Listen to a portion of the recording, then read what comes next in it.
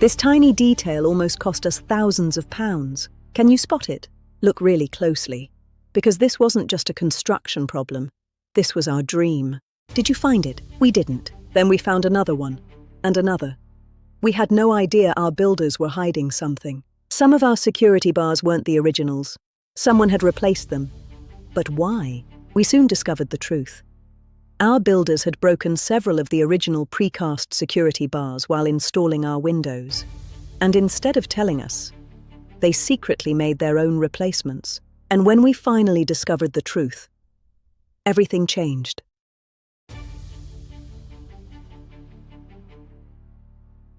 A few days after our windows had been installed, everything seemed perfect.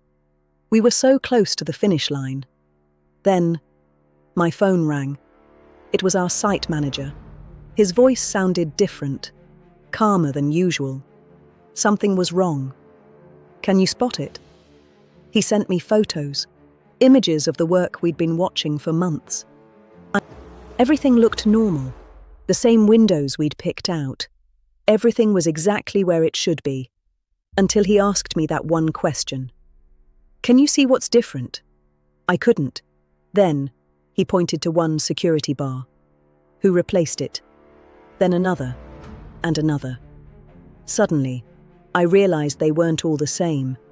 The textures, the alignment, it was all wrong. It was a complete cover-up. Every window was a lie. Some bars were original, others were fakes. Where were the originals? Someone had changed them, but nobody had told us. They thought we wouldn't notice, but this wasn't just a construction problem. This was our dream, and they were breaking it. We were being lied to on our own site. We were being robbed of our peace. What else were they hiding? We soon discovered the truth. Our builders had broken the originals, and instead of telling us, they made their own replacements. They thought they'd got away with it. And when we finally discovered the truth, something still didn't make sense.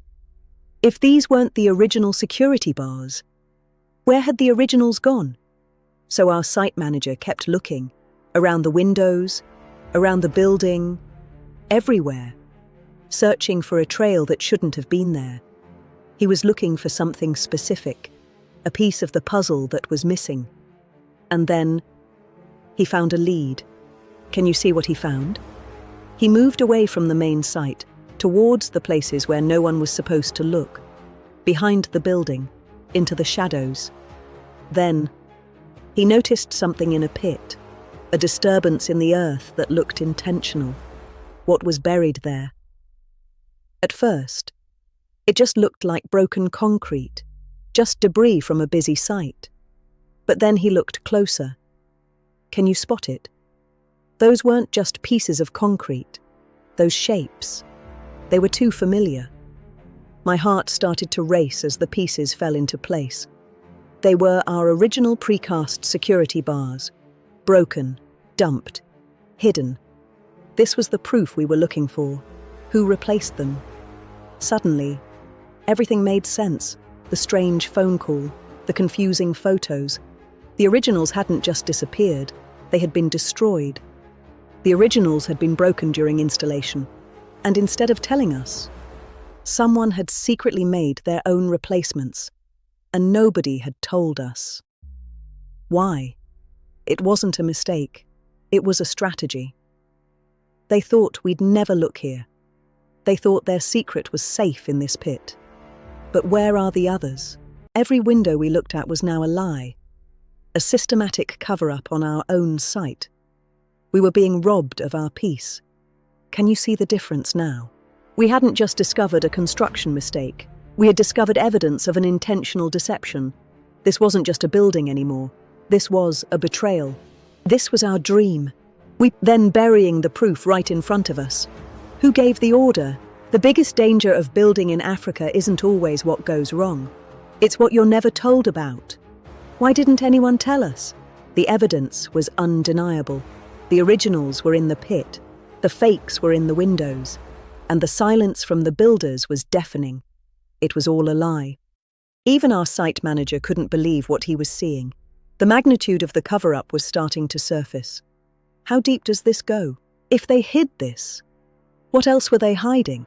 The walls, the foundation, the very integrity of our home was now under question. Every answer, another question. Why was it different? The cover-up wasn't just a single act. It was a strategy, a way to bypass the standards we had fought so hard to set. Why didn't anybody tell us? We soon discovered the truth. And when we finally faced it, everything changed. We were uncovering a lie. Now there was only one question left. Why didn't anybody tell us? Where are the originals? The moment our site manager spotted those broken pieces of concrete, everything stopped. At first, they looked like ordinary construction waste, but they weren't. He picked one up, looked at it, and immediately walked back towards the building. He knew exactly what he was holding. He was holding the truth. He didn't need to say anything. At that moment, the evidence spoke for itself. Can you see the difference now? The original precast security bars had been broken. Someone had made new ones by hand, using ordinary concrete, and installed them in our building. Why would they hide this? The builders were called over immediately. There was no shouting, no accusations. We simply wanted to understand what had happened.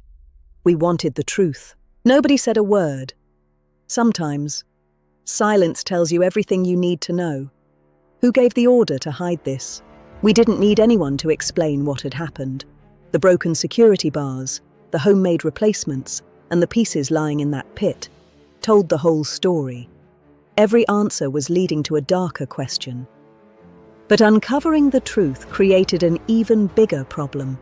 If something this obvious could be hidden, what about the parts of the apartments we couldn't see? What was hidden in the foundations? The evidence couldn't lie. We hadn't just discovered a construction mistake. We had discovered a systematic breach of trust. This wasn't just a building project. This was our dream. And they were burying it. Now we had to decide. Could we still trust the people building our apartments? Or was this just the beginning of the cover-up? That evening, we stopped talking about the security bars. Instead, we started talking about something much bigger. Could we still trust the people building our dream? We only had two choices: keep the current team, or let them go and find another one. Neither option was easy. Changing builders in the middle of a project can be risky. It can delay construction, increase costs, and create even more problems. But continuing with a team you no longer trust can be even more dangerous. The broken security bars weren't the only concern. As we looked more closely, we realized there had been other shortcuts too. The security bars were simply the moment we opened our eyes. Before I tell you what we decided, I want to ask you something. If you were building your dream home from another country, would you keep the same builders, or would you let them go? Pause the video if you need to, and let me know in the comments. The next morning, we made our decision. We let the team go. Their phase of the project had come to an end, and so had our trust. It wasn't an easy decision, but looking back today, it was the right one. Sometimes protecting your investment means making difficult decisions before small problems become much bigger ones. That experience completely changed how we build today, and it taught us 3 lessons that every person in the diaspora should know before starting a construction project in Africa. What are those lessons, and how did they save our project? If you visited our project today, you would never guess everything we've been through. The broken security bars are gone. The shortcuts are gone. And today, our dream is moving forward once again. But I'll be honest, there was a moment when I wondered whether we should stop building altogether. Not because the project was impossible, but because trust had been broken. When you're building from another country, trust is everything. Looking back today, letting that team go was one of the hardest decisions we made. But it was also one of the best, because we realized something that changed the way we build forever. Building in Africa wasn't our problem. Choosing the wrong people was. If you're watching this from the UK, the United States, Canada, or anywhere else in the world, and you're dreaming of building back home. Don't let our story stop you. Let it prepare you. Do your research, choose the right team, inspect everything, and never ignore your instincts. That's why we're sharing every part of this journey. Not because everything went perfectly, but because someone watching this today might be preparing to invest their life savings into building back home. If our experiences help even one family avoid the mistakes we made, then every challenge has been worth sharing. People often ask me, after everything you've been through, would you still build in Africa? My answer is absolutely yes, because building in Africa isn't the problem. Building without the right people is. This experience didn't change our dream. It changed how we protect it. If you're part of the diaspora and you're planning to build in Africa, this channel is for you. Subscribe and join us as we continue sharing the real journey, the successes, the setbacks, and the truth. And if this story helped you, please like and share it. It could save someone else's dream. You might think this was the biggest shortcut we discovered on our project. It wasn't. What we uncovered next completely changed the way we supervise from abroad. I'll show you exactly what happened in the next episode.